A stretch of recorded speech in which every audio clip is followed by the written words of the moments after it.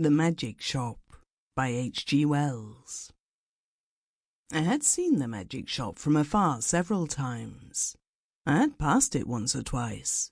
A shop window of alluring little objects, magic balls, magic hens, wonderful cones, ventriloquist dolls, the material of the basket trick, packs of cards that looked all right, and all that sort of thing.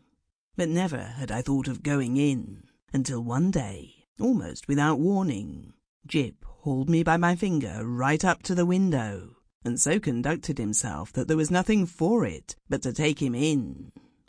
I had not thought the place was there, to tell the truth.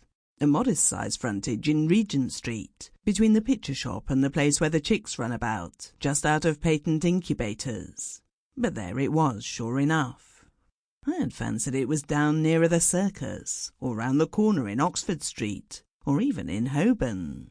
Always over the way, and a little inaccessible it had been, with something of the mirage in its position.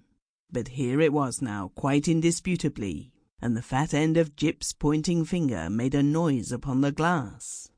"If I was rich," said Jip, dabbing a finger at the disappearing egg, "I'd buy myself that, and that," which was the crying baby, very human, and that, which was a mystery, and called, so a neat card asserted, "Buy one and astonish your friends." "Anything," said Jip, "will disappear under one of those cones. I've read about it in a book. And there, Dada, is the vanishing halfpenny. Only they've put it this way up so we can't see how it's done." Jip, dear boy, inherits his mother's breeding, and he did not propose to enter the shop, or worry in any way.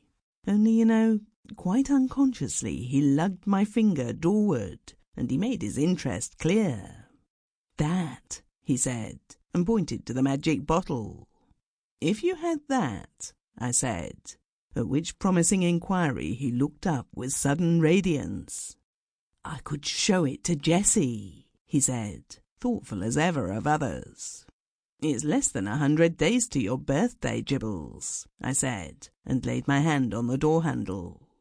Jip made no answer, but his grip tightened on my finger, and so we came into the shop. It was no common shop, this. It was a magic shop, and all the prancing precedence Jip would have taken in the matter of mere toys was wanting. He left the burden of the conversation to me.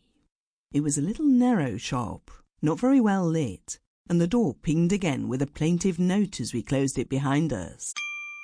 Sample complete. Ready to continue?